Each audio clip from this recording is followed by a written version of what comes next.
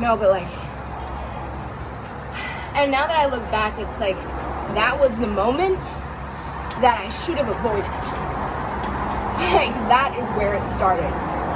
You know, and my eating disorders didn't get bad until my cutting got bad. So, that is literally where it started.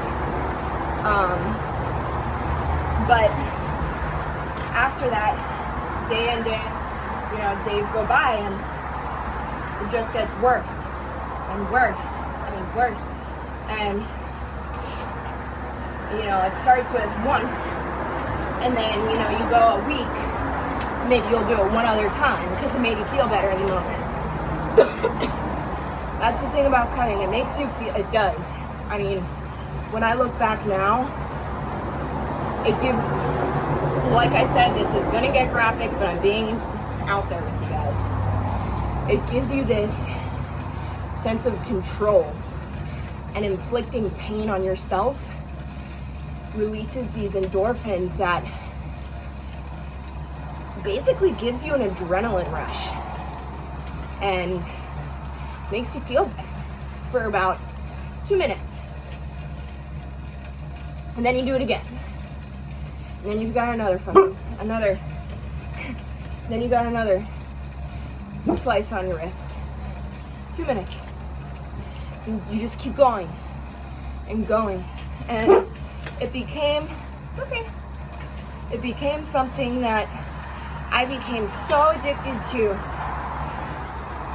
because it was that adrenaline rush, it was that release of endorphins, it was that punishing myself because I hated myself. And don't get me wrong, I still struggle with self-hate sometimes. I think most of us do. Just depends how we deal with it now. But it got to the point where, between my cutting, my eating disorders, I'd stand up and pass out all the time. All the time. Couldn't sleep. I mean, I had no nutrients in my body. I was bleeding all the time. You know, I bumped my arm on something and have to change my whole shirt, my arm or leg, and it's like, how do you hide something that becomes that big? And I tried. I gave it one hell of a try to hide that. Long sleeves. You know, I always kept to myself. I didn't want to be around my family. Didn't want to be around anyone, honestly. Except a few close friends who, honestly, I look back and you guys supported me. You guys supported me and helped me, and I'm very thankful for you guys, and I think about you often, so I hope you're watching this. But, you know, like, sometimes things become so big. You know, I found myself throwing up in the shower, trying to make extra noise so they wouldn't hear me. You know, always throwing up at school. You know, go outside, go for a walk, you know, because my parents, they became very suspicious, and so did my older brother. And I mean, the little guys, they had no idea what was going on, but my older brother totally did. And Jonathan and I had a weird relationship when I was younger, but we're really close now. But anyway, so with all that, I kept a journal. I wrote everything in there, every little relationship I had, all my little crushes, you know, all my feelings, my cutting. I was smoking weed. I was drinking with my friends. I was so broken. All my eating disorders, everything was in there. The people I hated, you know, like I remember writing some not very nice things about my family, which is not what I should have done. But I was a writer. I loved to write. And that is one reason that I'm so thankful I love to write. Because I wouldn't be here now if I didn't write all that down. Because I had a hiding place and I would shove it. It was a stupid hiding place, but that's besides the point. I'd put it right underneath my mattress, but push it way back. And I remember the moment that my mom found that. I had gone in my bedroom. Oh gosh. I had gone in my bedroom, laid down just to rest. It had been a long day. And my mom came in my room, didn't knock, and I was like, oh, that's weird, she usually knocks. She comes in there, she's holding this book that has every single little secret, every single moment of my life in it that nobody was ever meant to see, ever. Was that a breach of privacy? Absolutely, but I wouldn't change it for the world. I wouldn't change that for the entire world, because that is what saves me. But I stood up and immediately passed out. And when I passed out, my sleeve came up. And when my sleeve came up, my mom saw there was this one slice on my wrist, right here, right over that major artery, where I had tried to go so deep that I would just pass out, so I didn't have to deal with life anymore. And, you know, like, I look at that scar and I'm like, you know, if I would have been a couple centimeters, millimeters, whatever, deeper, I totally wouldn't be here. Totally wouldn't be here. But when she saw that, she ripped up my sleeve and it immediately, I cannot imagine how my mom felt. Oh my gosh, I have such a great mom. I love her so much. But she ripped it up and immediately my entire arm was ripped open. It was raw. The entire thing was so raw. So painful. You know, it just burned and stung all the time. And I felt like I deserved that. Every time I sweated, every time I showered, oh gosh, like that pain stings, just, And I remember she started blasting me with questions. When did you do this? Why did you do this? I didn't know it was this bad, you know, like she was in shock. I can't imagine feeling that much in shock that my own child was doing that. I mean, I don't have children, I just have dogs, but if my dogs were doing that, just kidding. But I remember I came back, woke up from being unconscious, and I couldn't function. I was done. I was numb. Couldn't function, couldn't speak. I didn't want to. I was found out. They knew everything. They knew every single thing. And I didn't care anymore. I'd rather have been dead. I wished I was dead. And between cutting my wrists and I remember I had a moment where I tried to drown myself. And that's one reason I'm a terrible swimmer. I'm a terrible swimmer now, which I need to work on. I'm thinking about getting swimming lessons, which is ridiculous because I'm an adult, but I'm down for it. But I'm terrified of drowning. I am terrified of drowning. And that is why. But this book had everything in it. So, I mean, I'm laying there on the floor. Literally, blood is everywhere. And I can't speak. All I could say was, bring me Jonathan. Bring me Jonathan. Jonathan is my older brother. And him and I have always had kind of like a weird but close relationship. And every time I'm with him and was with him, he makes me feel loved. He makes me feel held. Not physically, because he's not physically like that, but he always made me feel taken care of.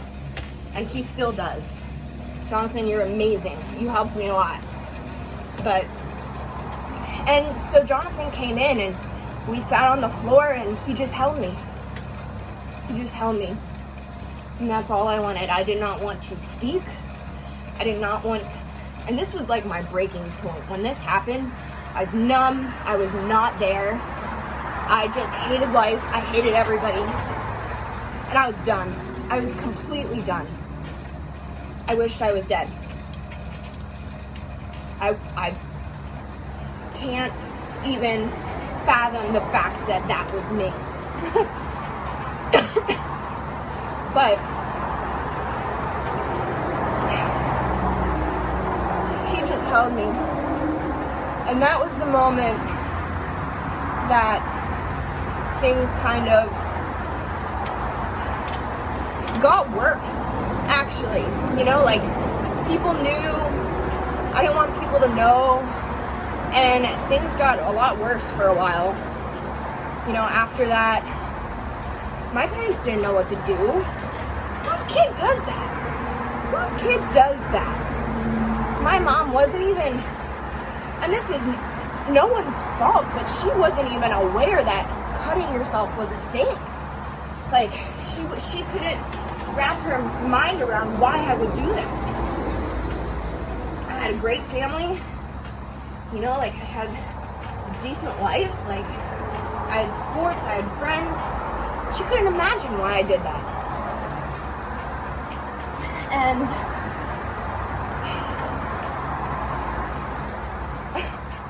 I don't know. It's a tough one. You know, like, some of us are wired to be so sensitive and so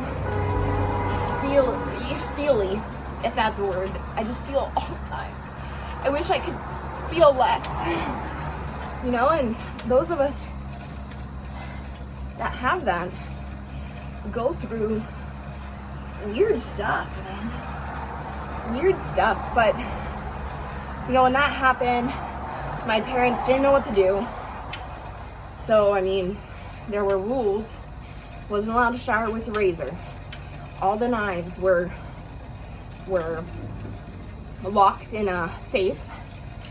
They removed every sharp object in the house.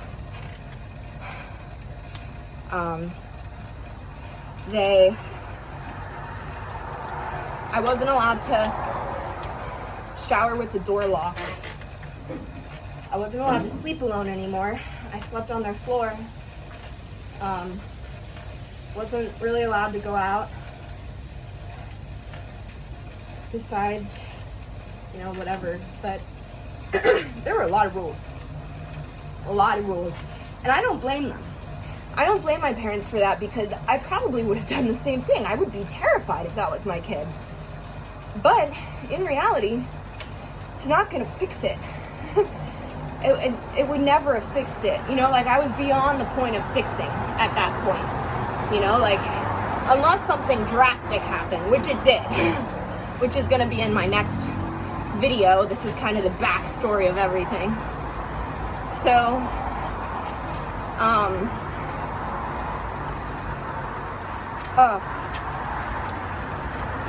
Literally, I was questioned about everything. Where were you? Why were you in there for so long? Blah, blah, blah. Which I don't, like I said, I don't blame them. I would do the same thing. But it did not help.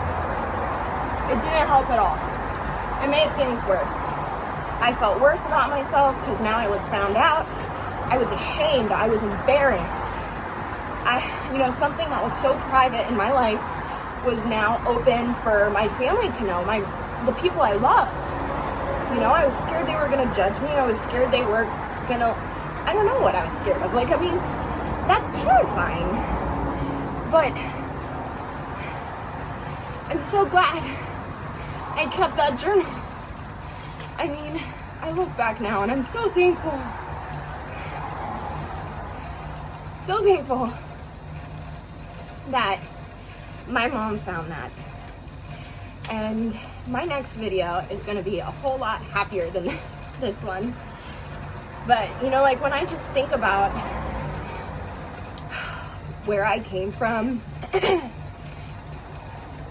I can't believe it's me. And when people hear my story, they can't believe it's me either. And don't get me wrong, I get asked about my scars all the time.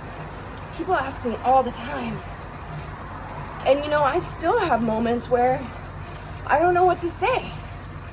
I don't know what to say. I don't know what to do. Sometimes I find myself being like, it's none of your business. If I'm in the middle of work or if a client asks me or something, we're in the middle of something else. I don't have time to tell 10 years of my life to you. And I don't expect them to understand. But that's such the wrong way of looking at things. And I still am wondering how to approach that when I get asked. I've wondered that for years, But I think I'll end with this. So the moment I decided that I knew I was gonna die. I knew I was gonna die somehow, some way. Whether it was self-inflicted or, well, either way it'd be self-inflicted. But I knew I wasn't gonna live. And honestly, I had this moment where it clicked in my brain that I had tried to kill myself multiple times. And I could never go through with it, ever. I never went through with it. I was still here for a reason. I was still here. I don't know why. I don't know why. Or didn't know why. But I was still there. And I didn't want to die. I didn't want to die. Deep down, I did not want to die. And I remember coming to that realization. It was random. And my mom was downstairs in the office, in the study, working on her computer. And I remember going down there and sitting on the chair next to her. And I usually didn't do that. My mom was there for me, but I was very closed person. And I remember saying, hey mom, you guys have put me in therapy. You guys have put me in counseling. You guys have made rules. And I don't feel any better. So I don't know what needs to happen, but something drastic needs to happen because I need help. And if I don't get help, I know for a fact I'm gonna die. I'm gonna freaking die. And I don't want to die because it's out of control. I couldn't control myself anymore. It became such a stronghold. I was about this skinny, skin and bones. You could see my ribs. You could see my collarbones were protruding. And I didn't know what to do. I couldn't fix it. They couldn't fix it. Counselor couldn't fix it. So that's where I'm gonna end on this video. This is super long. I don't know if you guys are gonna watch this, but I think I'm gonna make a YouTube channel to post this on because it's too long to post anywhere else. But I just want to say thanks, and I'm gonna post it all up on my anniversary because tomorrow, the 27th of May, it's gonna be 5 years.